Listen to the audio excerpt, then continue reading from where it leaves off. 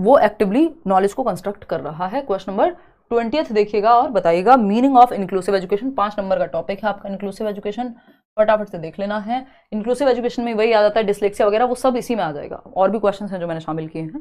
समावेशी शिक्षा से अभिप्राय है, इंक्लूसिव एजुकेशन का क्या मतलब है। क्वेश्चन नंबर 1 है, मतलब ऑप्शन नंबर 1 है, irrespective of qualifications quality education should be provided to all children. यानी क्वालिफिकेशंस के परे जाकर के कि भैया बच्चे ने 6th पास कर ली, 7th पास कर ली, व्हाटएवर, हमें क्वालिटी एजुकेशन देनी है कि बच्चा जो है वो उसकी गुणवत्ता शिक्षा की अच्छी हो। पता चल रहा है बच्चा 8th क्लास में पहुंच गया और ठीक से पढ़ना नहीं आता उसको, और बहुत स्थिति खराब है, आप ग्राउंड लेवल पे देखेंगे तो ये बात तो सही है।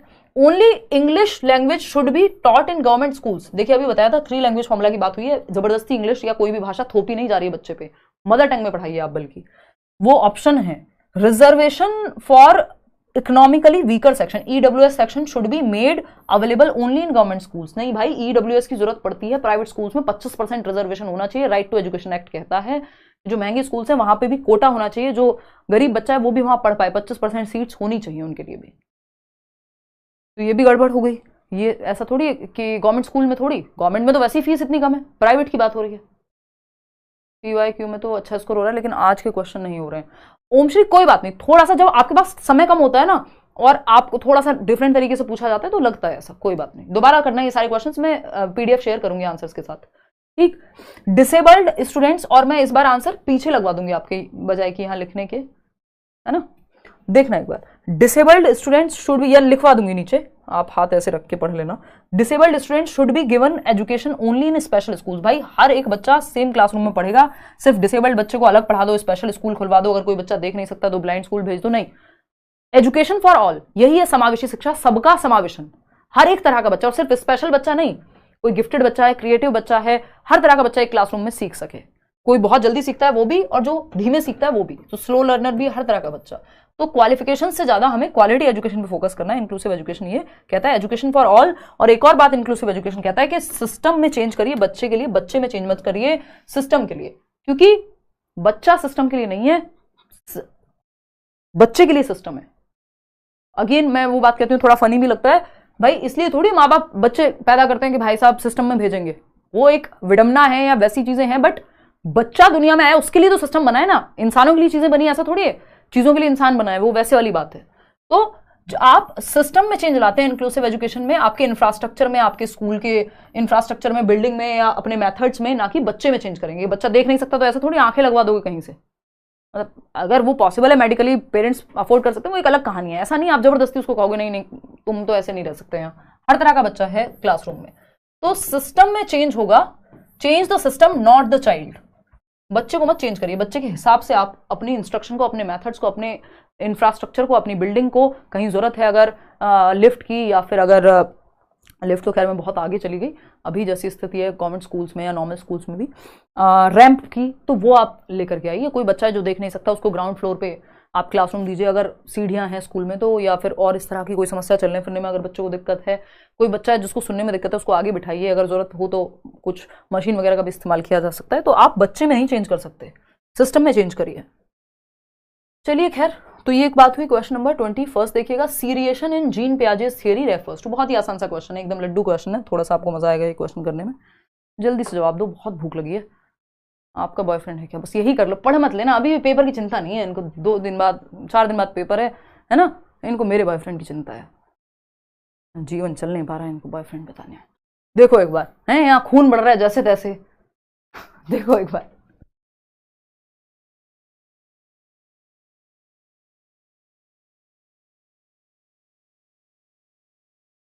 फटाफट से बताओ, लेट्स लर्न गेट देंगे भाई। क्वेश्चन नंबर 21 करेंगे कुछ प्रावधान। Seriation in Jean Piaget's theory refers to. Jean पियाजे के सिद्धांत के अनुसार क्रमबद्धता का क्या तात्पर्य है? अभी बताया था ना, सीरिएशन कहाँ आता है? 7 से 11 वर्ष में, कॉन्क्रीट ऑपरेशनल मूर्त संक्रियात्मक अवस्था, ठीक है ना। The ability to spatially map places like one's school, ये सीरिएशन नहीं है, दिस इज माइंड मैपिंग एक तरह से, ठीक। आते हैं the ability to order objects based on 1 dimension, for example length. हाँ, लेंथ के बेसिस पे, एक डायमेंशन के बेसिस पे आप चीजों को ऑर्डर में लगा पा रहे हैं कि घटते क्रम में या बढ़ते क्रम में। ठीक है, ये इससे बड़ा, फिर ये पेन इससे बड़ा, इसकी हाइट मान लीजिए 4 बच्चे हैं तो सबसे जो लाइन लगवाते हैं मान लीजिए वो भी सीरिएशन का ही उदाहरण है कि जो जिनकी हाइट ज़्यादा है वो बच्चे पीछे खड़े होते हैं, है ना, या उल्टी लगवाओगे अगर तो सबसे फिर उस तरह से कि सबसे लंबे बच्चों को आगे खड़ा कर रहे हो, तो वो असेंडिंग डिसेंडिंग का उदाहरण है कि 1 से 100 तक गिनती है, 100 से 1 तक।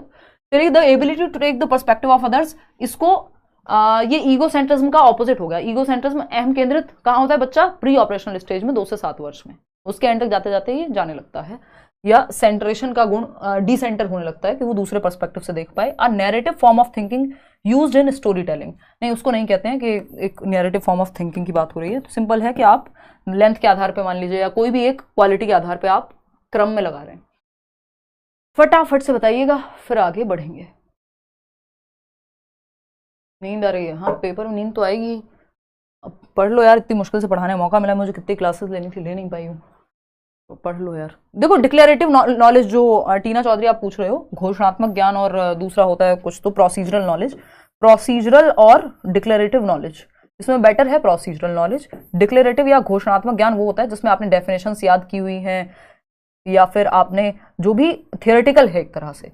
प्रोसीजरल है आपको हाउ पता है इस चीज का, साइकिल कैसे चलाते हैं, प्रोसीजर है, स्टेप 1 स्टेप 2 स्टेप 3। तो प्रोसीजरल थोड़ा बेटर है कि बच्चों को पता हो कि चीजें कैसे हो रही हैं। डिक्लेरेटिव में थोड़ा वो थियोरेटिकल हो जाता है, तो बेटर इज घोषणात्मक से बेहतर है ये प्रोसीजरल प्रक्रियात्मक ज्ञान। ठीक है, मैराथन देख लोगे तो ये सब चीजें हो जाएंगी क्लियर। क्वेश्चन नंबर 22 देखिए फटाफट से।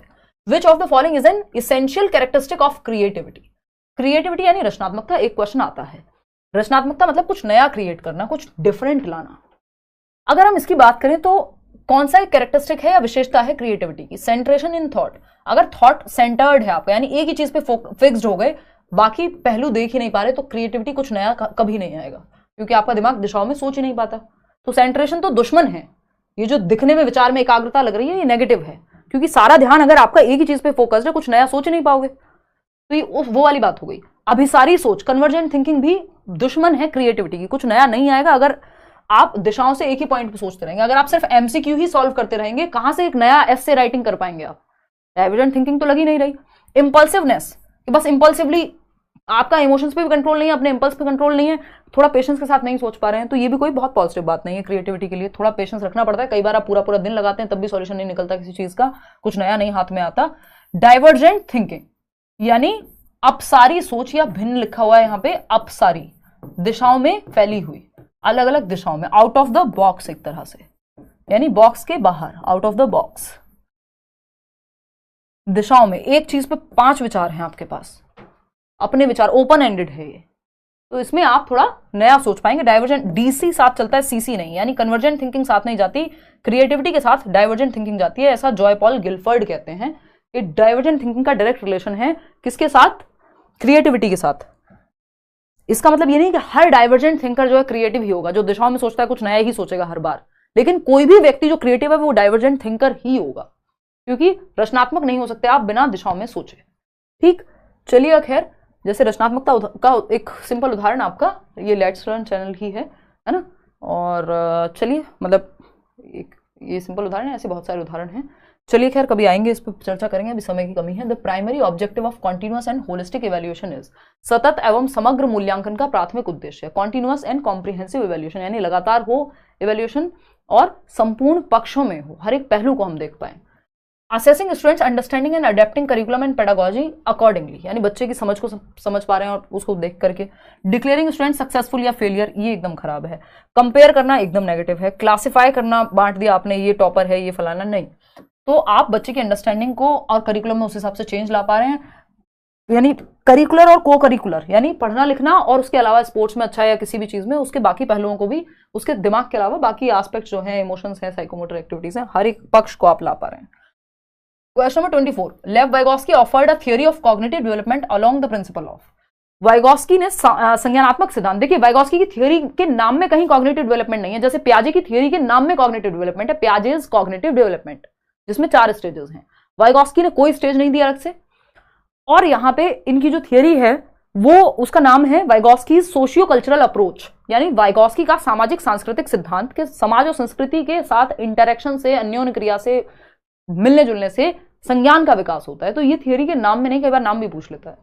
साइको एनालिसिस नहीं, ये अलग ही संप्रदाय है। यूनिवर्सलिज्म नहीं, सोशल कंस्ट्रक्टिविज्म, क्योंकि इनकी थियोरी का आपको पता है ये 3 फंडे SCL, सोसाइटी, कल्चर, लैंग्वेज, ये 3 बहुत महत्वपूर्ण बातें हैं किसके बारे में, वाइगॉस्की की थियोरी के बारे में। तो ये सोशल रचनावादी हैं, समाज में बच्चा एक्टिविटी करके ग्रुप में सीखे, इन सब की बात करेंगे। व्यवहारवाद यहाँ कोई काम का नहीं है, चलिएगा। और इन पे मैं चर्चा इसलिए नहीं कर रही हूँ क्योंकि पेपर में इंपॉर्टेंट नहीं है। व्यवहारवादी सोच है, रिवॉर्ड, पनिशमेंट, इनसे आपको दूर रखना है क्योंकि आपका पूरा पेपर ये कंस्ट्रक्टिविज्म पे बेस्ड है ना, इस पे नहीं, व्यवहारवाद पे नहीं या किसी और पे नहीं।